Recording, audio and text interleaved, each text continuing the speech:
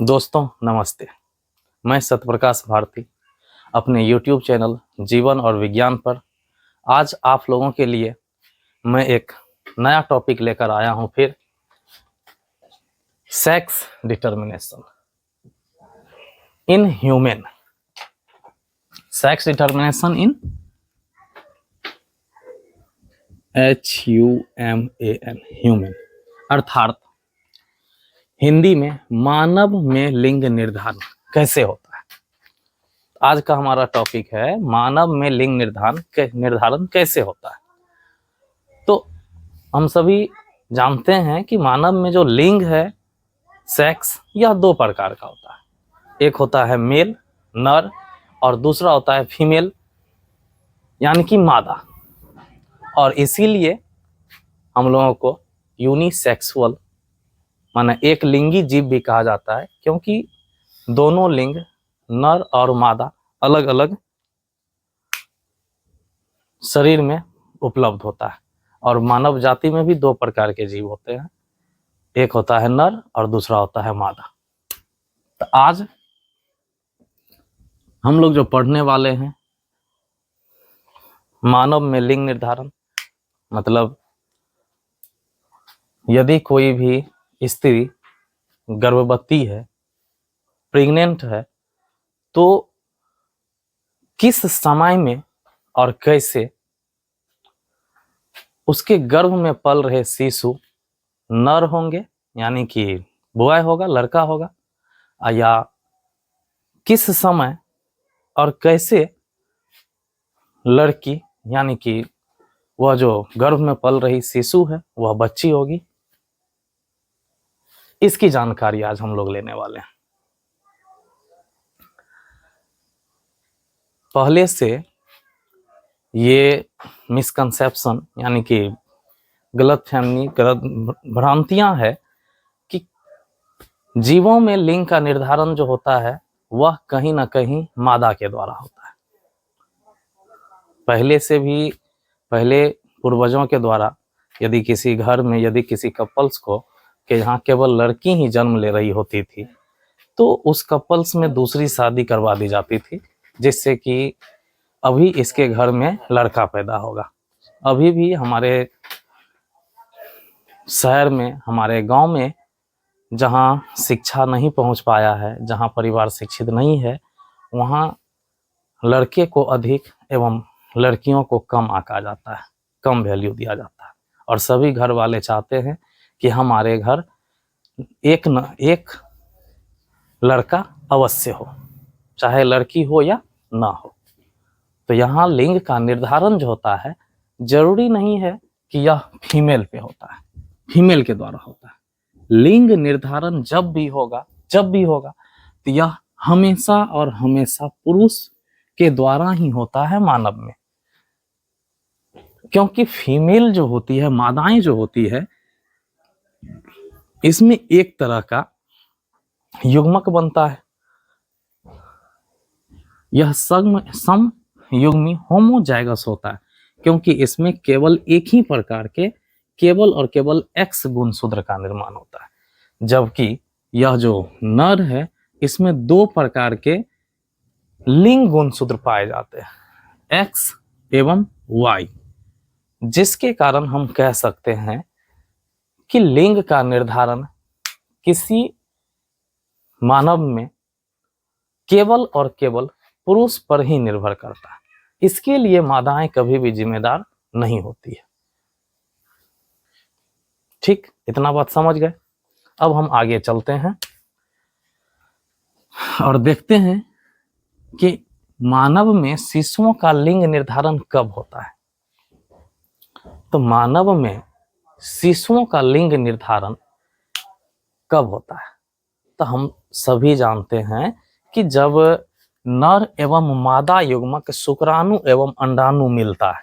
पहले से भी पता है हमें, पिछली कक्षा में मैंने बताया था, जब नर युग्मक शुक्राणु एवं मादा युग्मक अंडाणु ओवम आपस में फ्यूज होता है, फ्यूजन करता है, तो जाइगोट का निर्माण करता है। किसका निर्माण करता है? जाइगोट का।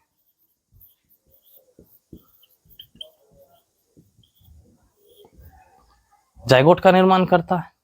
और इस प्रक्रिया को नर एवं मादा युग्मक शुक्राणु और अंडाणु जब आपस में मिलते हैं तो इस मिलने की प्रक्रिया को कहा जाता है निषेचन। यह दोनों जो आपस में मिलेगा तो मिलने की प्रक्रिया, यहां इसके मिलने की प्रक्रिया को निषेचन कहते हैं। क्या कहते हैं? निषेचन कहते हैं। और यह जिस वक्त जाइगोट बनता है, जिस वक्त युग्मज का निर्माण होता है, उसी वक्त डिसाइड हो जाता है कि यह जो जाइगोट है, अब यह जो डेवलप होकर के जो चाइल्ड बनेगा, शिशु बनेगा, इसी समय यह निर्धारित हो जाता है, इसी समय यह डिसाइड हो जाता है कि ये जन्म लेने वाला बेबी लड़का होगा या लड़की होगी। ठीक है। अब हम लोग ये जानेंगे कि किसी भी कपल्स में या मानव में कैसे गर्ल लड़की का जन्म होता है और कैसे लड़के का जन्म होता है। मतलब कौन सा ऐसा विधि है जिसके द्वारा लड़की का निर्माण होता है और कौन सा ऐसा विधि है जिसके द्वारा बुआ यानी कि लड़के का निर्माण होता है। तो इसके लिए सबसे पहले हमें थोड़ा सा पीछे आना पड़ेगा, पीछे कुछ बातों को समझना पड़ेगा। तो चलिए समझते हैं।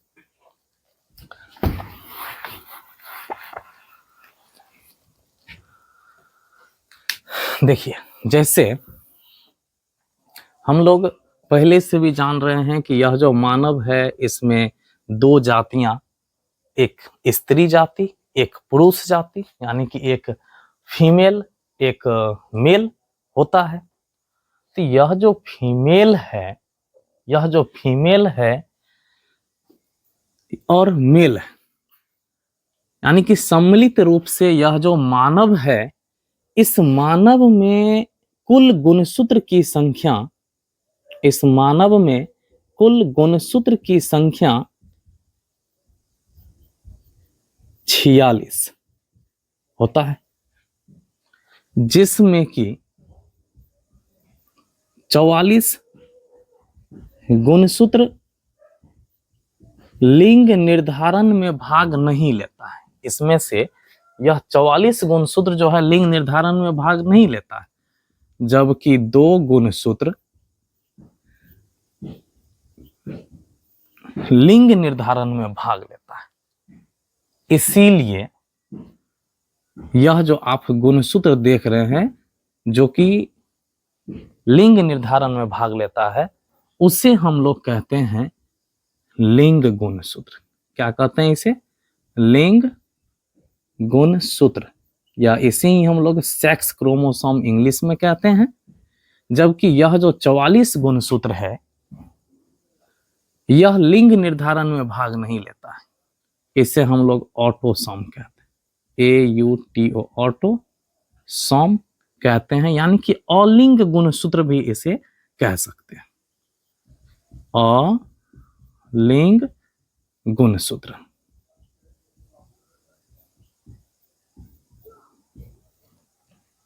और यह जो लिंग गुणसूत्र है, इसे सेक्स क्रोमोसोम, इसे सेक्स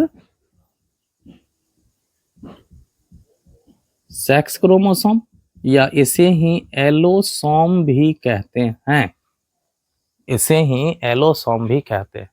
इतना बात हम समझ गए कि मानव में कुल गुणसूत्र की संख्या 46 होती है।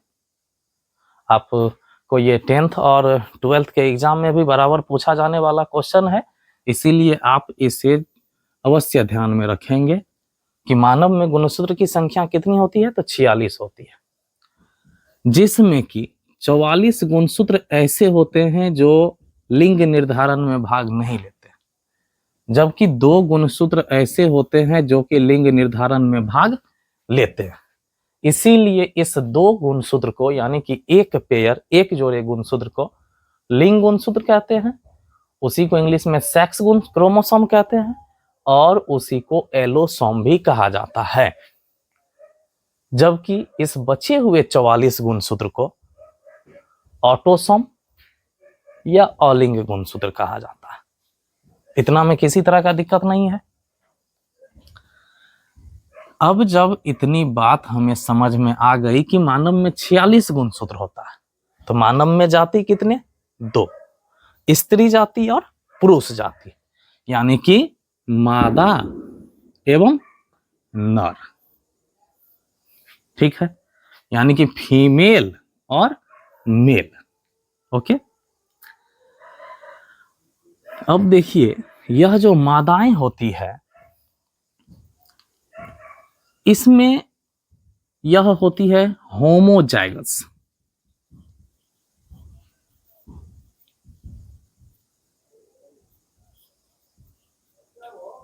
समयुग्मजी। ठीक है, और समयुग्मजी इसलिए क्योंकि इसमें जो सेक्स क्रोमोसोम है, लिंग गुणसूत्र है, वह एक ही प्रकार के पाए जाते हैं। इसमें यह जो सेक्स क्रोमोसोम है, एक पेयर होता है, एक जोड़ा होता है, वह एक ही प्रकार का होता है। जबकि यह जो नर है, यह होता है हेटेरोजाइगस। हेटेरोजाइगस, विषम युग्मजी।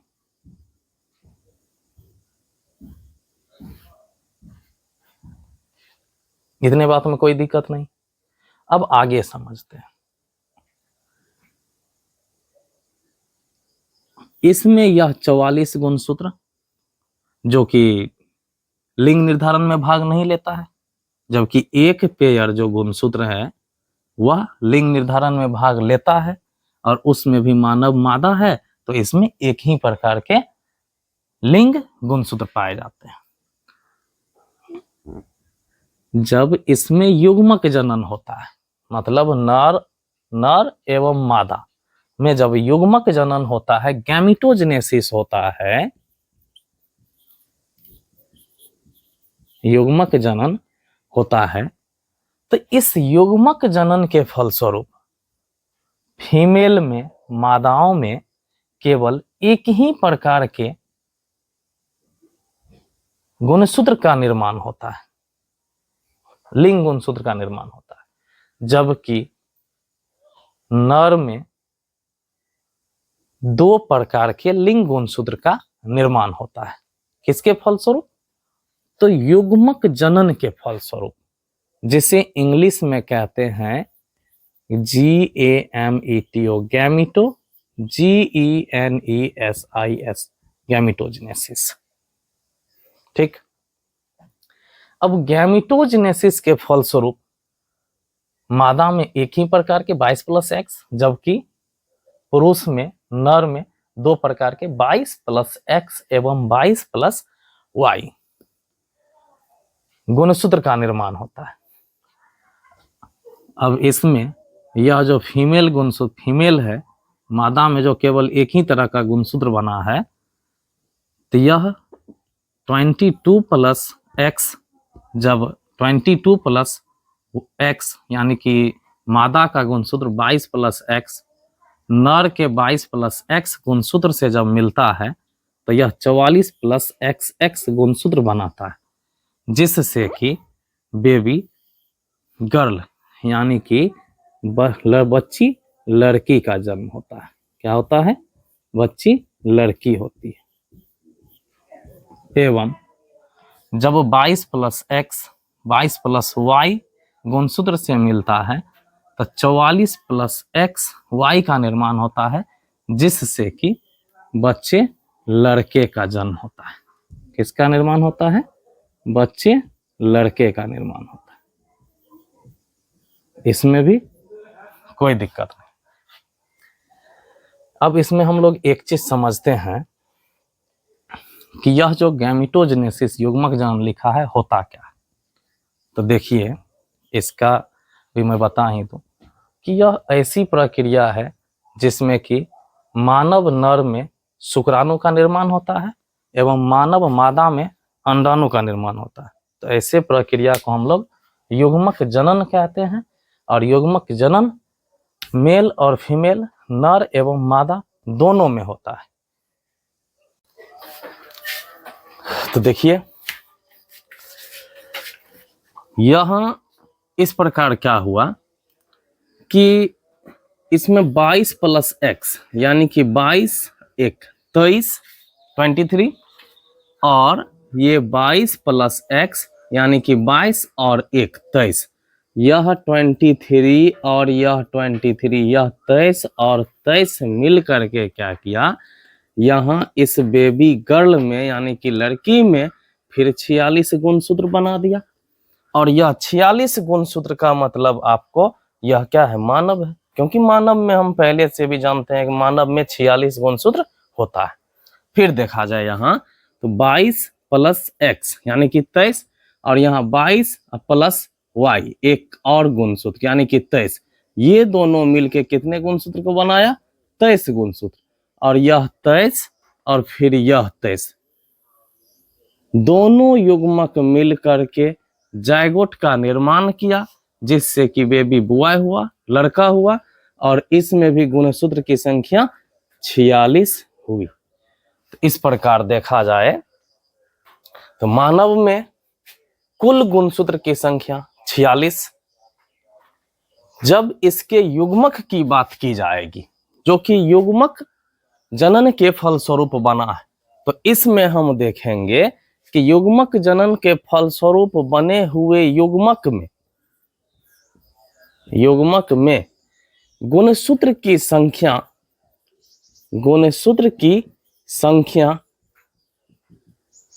46, युग्मक में गुणसूत्र की संख्या, तो युग्मक में कितना हो जाएगा, 23, जिसको हम लोग अगुणित या हैप्लॉइड कहते हैं। इसी को हम लोग क्या कहते हैं, अगुणित या हैप्लॉइड, अगुणित या हैप्लॉइड।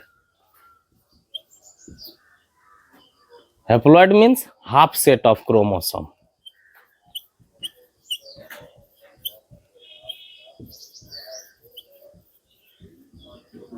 अब इसमें यदि आपसे क्वेश्चन पूछा जाए कि मानव युग्मक में गुणसूत्र की संख्या कितनी होती है, तो मानव युग्मक में गुणसूत्र की संख्या 23 होती है। मानव में कुल गुणसूत्र की संख्या कितनी होती है, तो मानव में कुल गुणसूत्र की संख्या 46 होती है। शुक्राणु में गुणसूत्र की संख्या कितनी होती है, क्योंकि शुक्राणु आपका युग्मक है, इसीलिए शुक्राणु में गुणसूत्र कितनी होगी, 23 होगी। और जबकि अंडाणु की बात की जाएगी तो अंडाणु में गुणसूत्र की संख्या 23 होगी। बस क्यों, क्योंकि यह शुक्राणु और अंडाणु दोनों युग्मक। अब इसमें और किसी प्रकार का आप लोगों को डाउट रहा क्या? यदि डाउट रहा है तो आप कमेंट करके आप इसमें फिर से सवाल पूछ सकते हैं। ओके, अभी फिलहाल आपको कुछ क्वेश्चन दिए जा रहे हैं जिसका आपको आंसर देना है। मैं यहाँ बोर्ड पर ही लिख दे रहा हूं। ओके, स्टॉप कर राजा। गुणसूत्र की संख्या होती है तो कितनी होती है, यह आपको बताना है, क्योंकि अभी जो मैंने आपको टॉपिक पढ़ाया उस टॉपिक से ही संबंधित कुछ क्वेश्चन है जो कि अभी कुछ देर पहले मैंने पढ़ाया है। अब दूसरा है कि मानव युग्मक में गुणसूत्र की संख्या होती है, कितनी होती है, 23 होती है या 46 या 44 या 42। ठीक, मानव के शुक्राणु में गुणसूत्र की संख्या होती है, तो मानव के शुक्राणु में कितनी होती है, तो शुक्राणु आप लोग भली भांति जान ही रहे हैं अब कि शुक्राणु क्या है। मानव के अंडाणु में गुणसूत्र की संख्या होती है, इसे बताना है। मानव शिशु में लिंग निर्धारण के लिए जिम्मेदार कौन है, लिंग निर्धारण के लिए